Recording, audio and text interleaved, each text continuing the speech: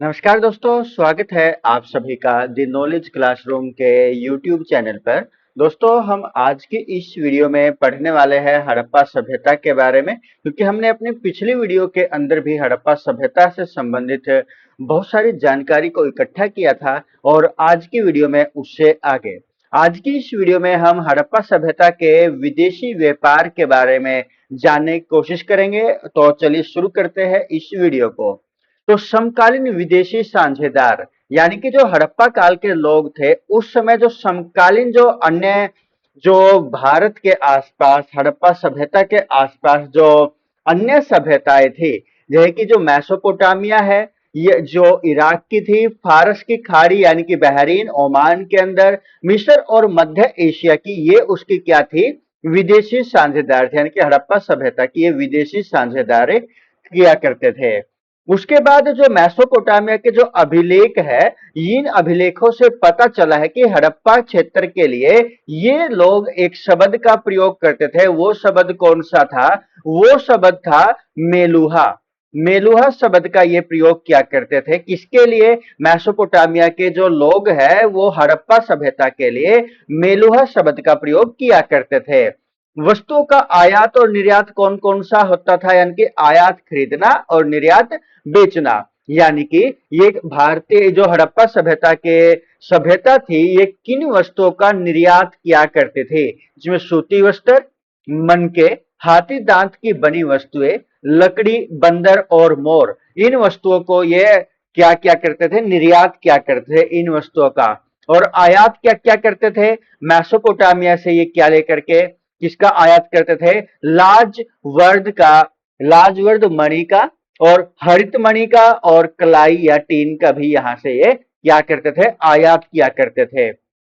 अब बंदरगाह नगर के बारे में बात करें, जो हड़प्पा सभ्यता के अंदर स्थित थी, जिसमें लोथल, गोदीवाड़ा यानी कि डॉकयार्ड, यानी कि जहां से जो समुद्री मार्ग था, जो समुद्री मार्ग था भारत का, लोथल गुजरात वाला जो एरिया था, यहां से वो क्या करते थे? समुद्री मार्ग के से क्या करते थे? अन्य देशों के अंदर वो आसानी से व्यापार कर लिया करते थे। उसके बाद सुत कागेंडोर या बालाकोट या कुंतासी, ये कुछ ऐसे नगर है जो किस प्रकार के हैं? बंदरगाह नगर है और जो एक विदेशी व्यापार में एक अहम भूमिका ये निभाते थे। इसके जो साक्ष्य है वो हमें क्या बताते हैं कि मैसोपोटामिया में हड़प्पा के लगभग 24 से ज्यादा मोहरे प्राप्त हुई है। यानी कि मैसोपोटामिया से प्राप्त हुई है। कौन सी मोहरे प्राप्त हुई है? हड़प्पा कालीन मोहरे प्राप्त हुई है। कितनी? लगभग 24 से ज्यादा, जिनकी जो आकृति है किस प्रकार की है? बेलनाकार भी है और वर्गाकार मोहरे भी यहां से प्राप्त हुई है। अब जो मध्यवर्ती व्यापारिक केंद्र रहे हैं, इसमें कौन कौन से? दिलमुन, वर्तमान बहरीन, और इसे उगते सूर्य का देश भी कहा जाता है। बहरीन जिसको उगते सूर्य का देश कहा जाता है और इसको साफ सुथरा नगर भी कहा जाता है। किसको? बहरीन को। उसके बाद मगन, वर्तमान ओमान, और तांबे के निर्यात के लिए उस समय ये क्या था? प्रसिद्ध था।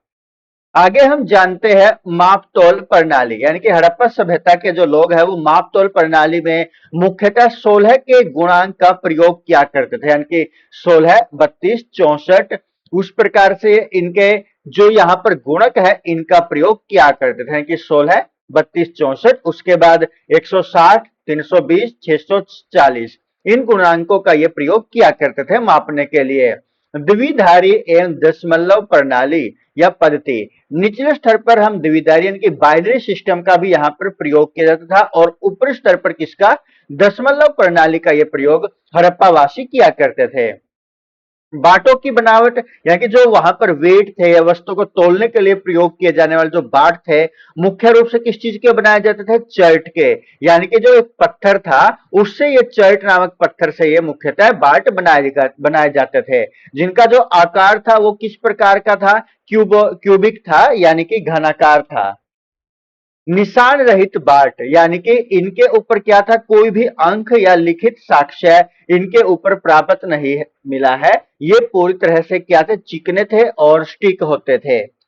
उसके बाद इसके जो स्टिकता है वो मापतोल में अत्यधिक शुद्धता और पूरे सभ्यता क्षेत्र में इसमें एक रूपता पाई जाती है। यानी कि उस सभ्यता के अंदर जितने भी एरिया थे उन सभी के अंदर ये एक जैसे ही पूर्णतः प्रयोग किए जाते थे।